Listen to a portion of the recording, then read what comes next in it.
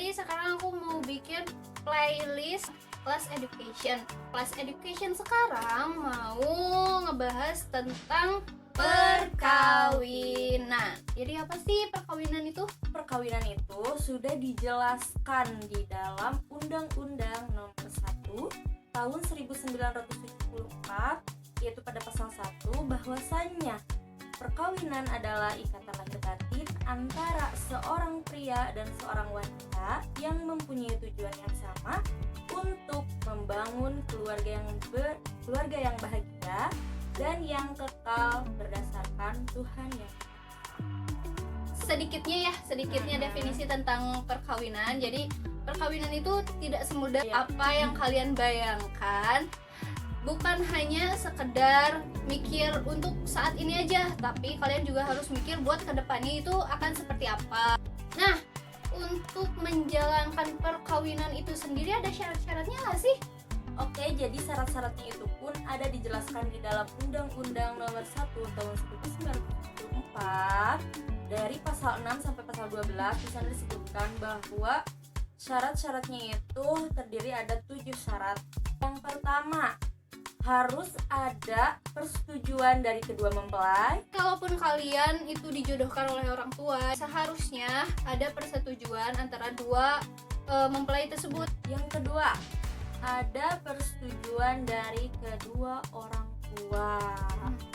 Yang ketiga, cakap umur. Usia calon mempelai pria harus ada dalam umur minimal 19 tahun dan wanita minimal 16 tahun.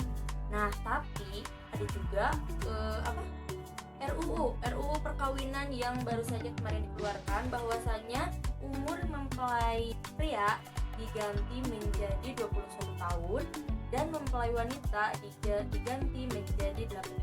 Karena kedewasaan remaja saat ini cenderung melambat.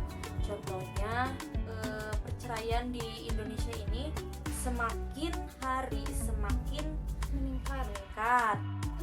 Meskipun cara bergaul anak-anak sekarang itu lebih parah ya daripada anak-anak tahun 90-an gitu.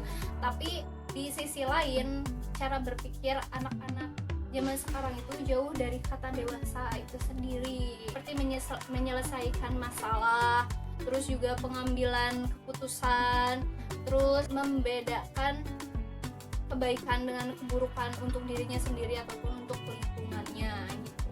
Selanjutnya, syarat keempat itu antara calon mempelai pria dan calon mempelai wanita tidak ada hubungan darah. Yang kelima itu yaitu tidak ada dalam ikatan perkawinan dengan orang lain.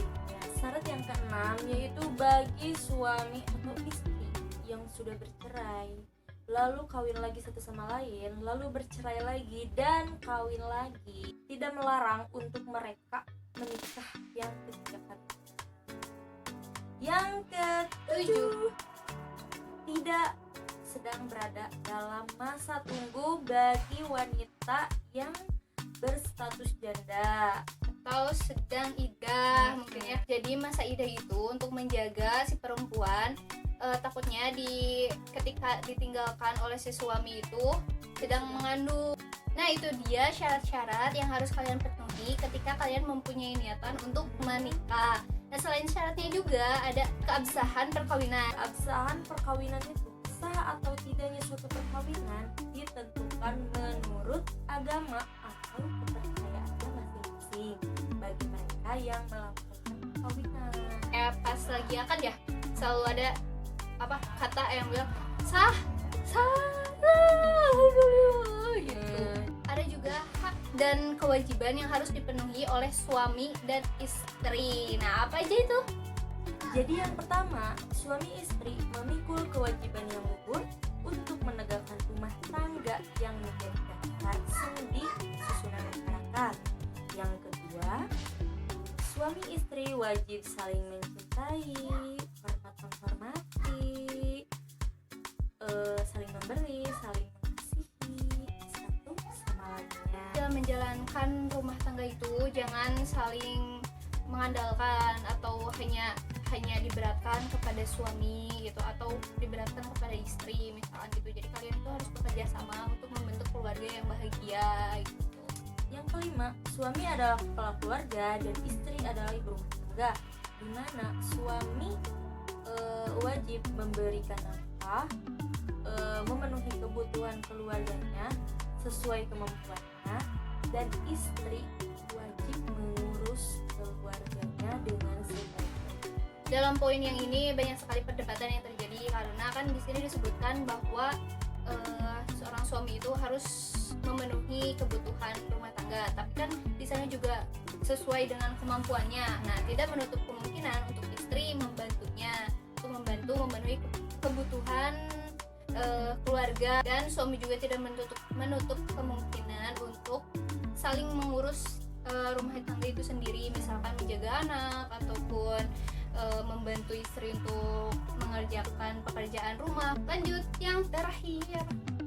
Jadi yang terakhir, suami dan istri mempunyai tempat kediaman yang tetap dan ditentukan secara bersama-sama. Nah, teman-teman, untuk menghindari suatu kejadian yang tidak kalian duga nanti setelah pernikahan, di dalam pernikahan juga ada perjanjian pernikahan atau pranikah. Nah, di sana kalian bisa mengajukan perjanjian-perjanjian terhadap pasangan kalian. Nanti pasangan kalian akan mempersetujui atau tidaknya perjanjian tersebut gitu. Jadi kalau misalkan nanti di pertengahan itu terjadi sesuatu, kalian bisa menuntutnya. Jadi perjanjian perkawinan juga dibahas, diatur di dalam BW atau KUH Perdata. Lebih tepatnya ada di pasal 119, yaitu bunyinya, sejak saat dilangsungkan perkawinan, maka menurut hukum terjadi harta bersama menyeluruh antara suami dan istri. Sejauh tentang hal itu tidak diadakan ketentuan-ketentuan lain dalam perjanjian perkawinan. Harta bersama itu selama perkawinan berjalan tidak boleh ditiadakan atau diubah dengan suatu persetujuan antara suami dan istri. Artinya, setelah perkawinan berlangsung terjadi harta percampuran bulat antara harta kekayaan suami dan istri kecuali telah diadakan perjanjian perkawinan sebelumnya yang mengatur mengenai masalah pemisahan harta. Jadi pokoknya itu perjanjian pranikah itu sangat penting. Itu dia guys, Kelas Education episode 1 kali ini. Mudah-mudahan ada manfaatnya, terus juga bisa menambah ilmu buat kalian, terus juga bisa disiapkan yang mau nikah. Terima kasih udah nonton video ini. Jangan lupa like, comment, and